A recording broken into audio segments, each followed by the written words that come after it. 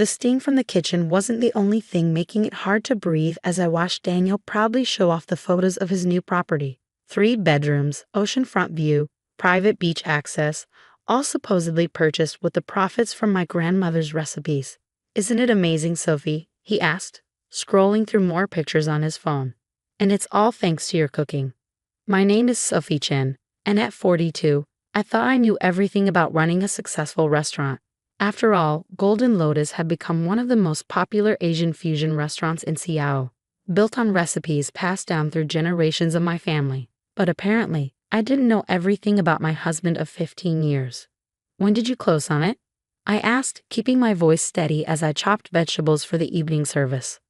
"Last week," he said, pocketing his phone. "While you were visiting your mom in Vancouver." I nodded, the knife hitting the cutting board with more force than necessary. "Last week, when he told me he was at a restaurant suppliers convention in Chicago. Just like he'd been at conventions every few months for the past 5 years. It's a great investment," he continued, oblivious to my tension. "We can rent it out when we're not using it. I've already listed it on several vacation rental sites." The kitchen door swung open as Maria, my head waitress, poked her head in. "Sophie, there's someone here to see you. Says it's important." I set down my knife, wiping my hands on my apron. "Can it wait? We're opening in an hour." She says she's come all the way from Florida. Florida, where Daniel's conventions always seem to be held. Where large sums of money from the restaurant's accounts mysteriously disappeared to every month. Where, as I'd recently discovered, Daniel had another wife and 2 children. "I'll handle the prep," Daniel offered. "You take care of this." Of course he would. He'd been handling a lot of things lately. The accounting, the banking, the supplier payments. All while I focused on the kitchen, trusting him to manage the business side of things. What a fool I'd been. In my small office above the kitchen, a woman waited. She was younger than me, maybe mid-30s, with carefully styled blonde hair and expensive-looking clothes. My heart clenched as I recognized her from the photos I found hidden in Daniel's desk drawer. "Mrs. Chen," she said, standing as I entered. "I'm Jennifer. Jennifer Thompson." Thompson. Daniel's other surname, the one he used in Florida. The one that appeared on mortgage documents and school registration forms for children I'd never met. "Please sit," I said, closing the door behind me. "How can I help you?" She twisted her wedding ring, identical to mine, nervously. "I think we need to talk about Daniel." For the next hour, Jennifer laid out a story that would have seemed impossible just a few months ago. How she'd met Daniel at a restaurant conference in Miami 6 years ago. How he told her he was a successful restaurant consultant. How they'd married 5 years ago and had 2 children, all while he maintained his life with me in Seattle. "I found the papers last month," she said, pulling out a folder. "Bank statements, transfer records. He's been taking money from your restaurant to support us." When I confronted him, he promised to explain everything, but then he disappeared. That's when I started digging and found out about you. I looked at the documents spread across my desk. Bank transfers, property deeds, school tuition payments, all funded with money from Golden Lotus. My restaurant, my family's legacy. "How much?" I asked, my voice barely a whisper. "Over $2 million in the past 5 years, Jennifer replied. "But that's not why I'm here. There's something else you need to know." She pulled out another document, a life insurance policy. My life insurance policy, taken out by Daniel 3 months ago for $5 million. "I found this in his office," she said, "along with these." She handed me a stack of printed emails between Daniel and someone discussing accident scenarios and untraceable methods. My hands shook as I read through them. My husband wasn't just a bigamist and a thief. He was planning to kill me. A knock at the door made us both jump. "Sophie," Daniel's voice called. "The prep's done. We're ready to open." I met Jennifer's terrified eyes across the desk. "Just a minute," I called back, quickly gathering the documents. "What do we do?" Jennifer whispered. I thought about my grandmother's recipes, about the restaurant she dreamed of opening but never had the chance to. About how Daniel had taken all of that, our success, our money, our trusts, and used it to build another life. "We make him pay," I said, my voice hardening. "For everything." Down in the kitchen, Daniel was humming as he wiped down the prep station. He looked up as I entered. smiling that same smile I trusted for 15 years. "Everything okay?" he asked. I forced myself to smile back. "Perfect, just someone asking about catering." He nodded, already turning back to his work. "Great. Oh, by the way, I need to head to Florida next week. Another convention." "Of course," I said, picking up my knife. "Whatever you need." He had no idea what was coming. But he would. The next week moved at an excruciating pace. Every morning, I watched Daniel pack for his convention, knowing he was heading to his other family. Every night, I stayed late at the restaurant, meticulously documenting every financial record I could find. Jennifer and I spoke daily, sharing information through secure email accounts we created. She'd moved out of their Florida home, taking the children to stay with her sister. We were both playing our parts, the unsuspecting wives, going about our normal routines while building our case. I found more accounts, she told me during one of our late-night calls. He's been moving money through at least 3 different banks. I was in my office above the kitchen, surrounded by printouts and sticky notes. "Send me the details. I'll add them to the evidence file." The evidence file was growing thick. Bank statements showing systematic theft from Golden Lotus. Property records for houses and cars bought with stolen money. Even recordings of phone calls where Daniel slipped between his 2 lives, telling each of us different versions of the same lies. But it was what I found in the restaurant's basement storage that changed everything. I was looking for old tax records when I discovered a hidden compartment behind some shelving.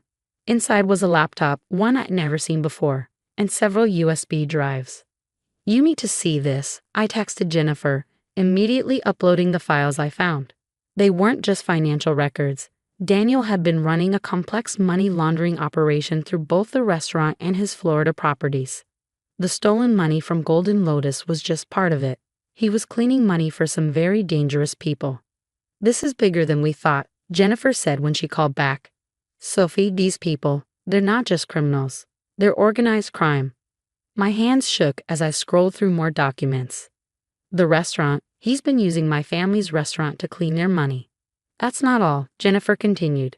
"I found emails about the insurance policy. They're not just planning an accident. They're going to use it to take control of Golden Lotus completely. Once you're gone, Daniel gets everything." I thought about my grandmother's face when she'd given me her recipe book on her deathbed. "Promise me," she'd said, "that you'll keep our legacy alive." "We need help," I said finally. "Professional help." That's how we met Marcus Chen, no relation. A former FBI agent turned private investigator who specialized in financial crimes. He took one look at our evidence and immediately brought in his contacts at the FBI's white-collar crime division. "This is a major operation," he explained during our first meeting. "Your husband isn't just committing bigamy and theft. He's involved in international money laundering. The people he's working with, they're on multiple watch lists." "What do we do?" Jennifer asked, clutching her coffee cup like a lifeline. Marcus leaned forward. "We build the case carefully, document everything, and most importantly, we let him think he's winning." So that's what we did. For the next 2 weeks, I played the perfect wife. I smiled when Daniel talked about his business trips. I didn't question the financial discrepancies he explained away so smoothly. I even started talking about taking a vacation, giving him the perfect opportunity he seemed to be waiting for. "We should go somewhere quiet," he suggested one evening as we closed up the restaurant. "Maybe that beach house. Just the 2 of us." I forced myself to smile. "That sounds perfect. When were you thinking?" "Next month. After the big charity dinner we're hosting." The charity dinner. Another one of his schemes. We discovered he was using these events to move large sums of money through fake donations. "I'll start planning," I said, kissing his cheek while my stomach churned. That night, after Daniel was asleep, I met with Marcus and Jennifer at a quiet diner across town. "He's making his move," I told them, spreading out the latest documents I'd found. "The charity dinner, then the beach house trip. That's when they're planning to do it." Marcus nodded grimly. "We've identified his contacts in the organization. They're professional hitmen disguised as legitimate businessmen. They'll be at the dinner, probably to finalize the details." "Then that's when we take them down," Jennifer said firmly. The plan was set. The FBI would monitor the dinner, gathering evidence as Daniel and his associates conducted their business. Meanwhile, Jennifer and I would play our parts, the trusting wife in Seattle, the angry but quiet ex in Florida. But plans, as I'd learned, don't always work out the way you expect. 3 days before the charity dinner, I was in the kitchen prep area when I overheard Daniel on the phone in his office.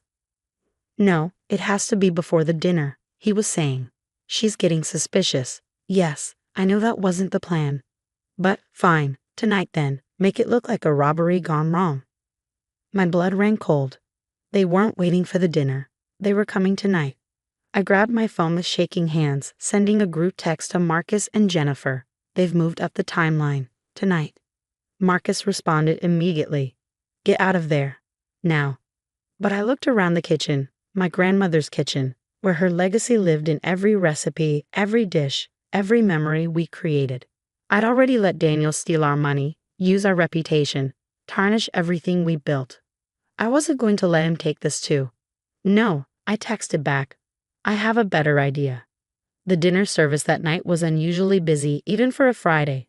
Every table was full, the kitchen humming with practiced efficiency as my staff executed my grandmother's recipes to perfection. If anyone noticed that I'd assigned Daniel to handle the front of house, keeping him away from the kitchen, they didn't mention it. I called in every favor I had. Mixed in with our regular customers were FBI agents posing as diners. Marcus sat at the bar, pretending to read a newspaper while keeping an eye on the entrance. Even Jennifer had flown in, wearing a dark wig and glasses, seated in a corner with a clear view of Daniel's office. At 9:47 p.m., exactly as Daniel's phone records had indicated, 2 men in expensive suits walked in. I recognized them from the surveillance photos Marcus had shown me. Victor and Andrew Koslov, the businessmen who were actually hired killers.